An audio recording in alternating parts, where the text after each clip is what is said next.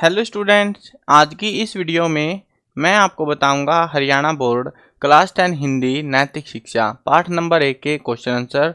नई बुक आपकी नैतिक शिक्षा की आदर्श जीवन मूल्य मध्यमा।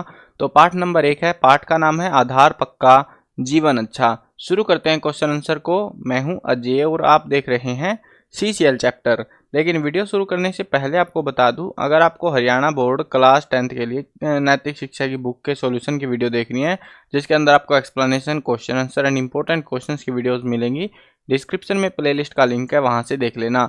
उसके अलावा आपको एक वेबसाइट बता देता हूं, गूगल पर जाकर सर्च कर लेना cclchapter.com। इस वेबसाइट पर आपको हरियाणा बोर्ड क्लास 10th के लिए सारा जो स्टडी मटेरियल है वो देखने को मिलेगा, तो विजिट जरूर कर लेना, काफ़ी हेल्प होगी इस वेबसाइट से आपको। अब शुरू करते हैं पाठ को।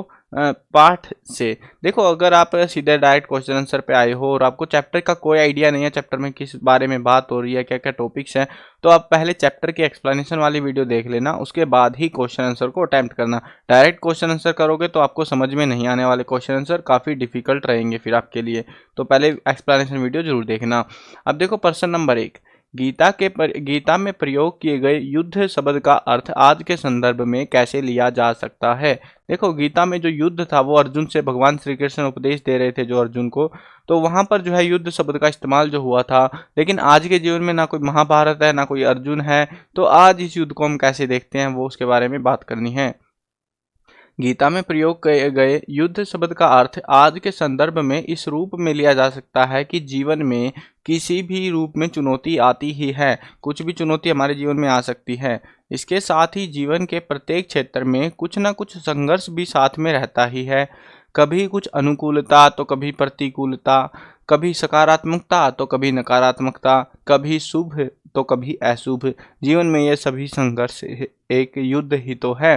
तो इसी के बारे में हम बात कर रहे हैं, इसी के बारे में पूरा चैप्टर था हमारा जिसमें हमने समझा था।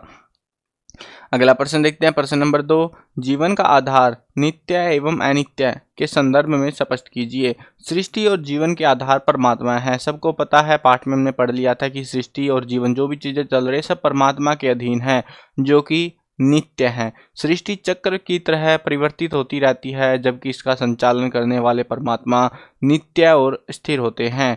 सृष्टि में सभी वस्तुएं अनित्य और परिवर्तनीय है, यानी वो बदली जा सकती हैं या बदलती रहती है समय के साथ, जैसे दिन रात, सर्दी गर्मी, बचपन यौवन, वृद्धावस्था, संयोग वियोग, आना जाना, ये सब कुछ अनित्य रूप से सृष्टि के साथ जुड़ा है। यानी कि कुछ चीज़ें हैं जो फिक्स हैं इस धरती पर और कुछ जो है अनफिक्स हैं। तो नित्य हम उसे ही कह रहे हैं जो फिक्स है, और जो अनफिक्स है उनको हम अनित्य कह रहे हैं। जबकि आधार स्वरूप परमात्मा नित्य है और जो इनका संचालन करते रहते हैं। अगला प्रश्न देखते हैं, ईश्वर की अपरिवर्तनीय सत्ता है, इसे उदाहरण देकर सिद्ध करें। तो हमें बताना है कि ईश्वर जो है अपरिवर्तनीय, यानी कि जिसमें कोई परिवर्तन नहीं होता समय के साथ में, तो वैसी सत्ता है, तो उसके बारे में बात करनी है। सृष्टि परिवर्तन के इस क्रम में एकमात्र ईश्वर की सत्ता है जो शाश्वत, स्थिर और अपरिवर्तनीय है। इस बात को तो विज्ञान भी सिद्ध कर चुका है कि परिवर्तन तभी संभव है जब आधार अपरिवर्तनीय होगा। पंखा तभी चलता है जब धुरी स्थित होती है, उसके चारों ओर के पंखे के पर जो है ब्लेड जो होते हैं वो तभी घूमते हैं। किसी भी वाहन के पहिए तभी घूमते हैं जब मध्य में धुरी स्थिर होती है, जो रोड होती है जिससे पहिया जुड़ा होता है, तो उस रोड की बात करें उसे धुरी कहा जाता है। इसी प्रकार निरंतर परिवर्तनशील इस संसार की धुरी परमात्मा है, जिसके आधार पर यह सारा संसार चल रहा है। इसको जो है ये इंपॉर्टेंट क्वेश्चन हो सकता है एग्जाम के पर्सपेक्टिव से, थोड़ा अच्छे से याद करना इसको। अगला प्रश्न देखते हैं। वैसे तो ये चैप्टर आपका एग्जाम के पर्सपेक्टिव से सही बताऊं तो ये पार्ट से वाला जो सेक्शन है ना, ये कंप्लीट कर देना। इसमें से चांस है क्वेश्चन आपको फाइनल एग्जाम में देखने को मिल सकता है, सेट एग्जाम वगैरह होंगे तो उनमें भी मिल सकता है। गीता का श्लोक सर्वेषु कालेषु मां स्मर युद्ध च, तो किस प्रकार हमें प्रेरणा देता है। सर्वेषु कालेषु मां स्मर युद्ध च, ये कथन भगवत गीता का ही एक अद्भुत प्रेरणा स्रोत है, जो कहीं भी कभी भी किसी के भी जीवन का मजबूत आधार बन सकती है। भगवान श्री कृष्ण अर्जुन से कहते हैं कि तू हर समय मेरा स्मरण करते हुए युद्ध कर। अर्जुन से कह रहे हैं कि वो तुम मुझे याद करते रहो और युद्ध भी जो तुम्हारा कर्तव्य है उसे भी करते रहो। भगवान ने यह बात महाभारत के युद्ध के समय कही थी, लेकिन मन में सवाल उठना स्वाभाविक है कि अब कौन सा युद्ध, कैसा युद्ध। यहाँ युद्ध से अभिप्राय वस्तुतः जीवन में आने वाली किसी भी चुनौती या संघर्ष से है। क्योंकि जीवन के प्रत्येक क्षेत्र में कुछ ना कुछ संघर्ष रहता ही है। कभी अनुकूलता तो कभी प्रतिकूलता, कभी सकारात्मकता तो कभी नकारात्मकता, कभी शुभ तो कभी अशुभ। ये सभी महाभारत के ही तो रूप हैं।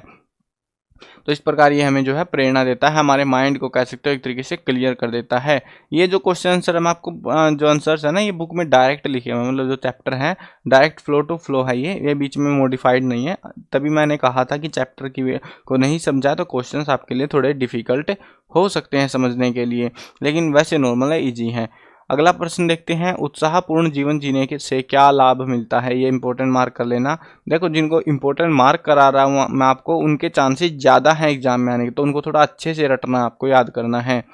उत्साहपूर्ण जीवन जीने से हमें यह लाभ मिलता है कि हम जीवन के हर क्षेत्र में उन्नति कर सकते हैं। चाहे पढ़ाई में अधिक अंक लाने की बात हो, किसी परीक्षा की तैयारी की बात हो, या फिर अपने लक्ष्य को प्राप्त करने की बात हो, या कोई अन्य कार्य भी हमें करना हो, यदि हम उसे उत्साह से करेंगे तो हमें उसमें सफलता अवश्य मिलेगी। और उत्साह तभी दिखता है, उत्साह हम तभी दिखा सकते हैं किसी भी फील्ड में जब हम उसमें इंटरेस्टेड होते हैं। तो इसीलिए कहा गया है कि उत्साह से जब हम कार्य करते हैं तो हमें सफलता मिलती है। प्रत्येक कार्य में सफलता के लिए उत्साह का होना अति आवश्यक है, अतः हमें प्रत्येक कार्य उत्साहपूर्वक करना चाहिए।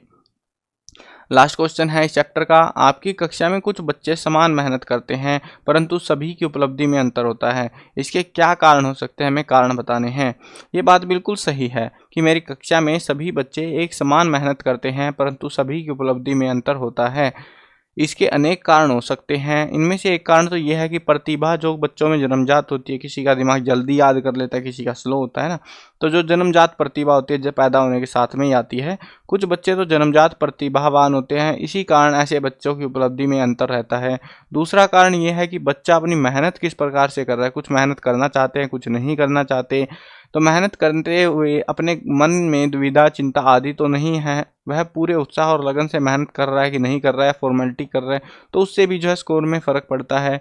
मेहनत के लिए उसके परिवार का वातावरण किस प्रकार का है, इन सभी कारणों से एक समान मेहनत करने वाले बच्चों की उपलब्धि में अंतर आ जाता है। आप अपने हिसाब से भी इस आंसर को मॉडिफाई करके लिख सकते हो अगर आपको ये आंसर पसंद नहीं आता है तो, ये वाले क्वेश्चन का, ठीक है।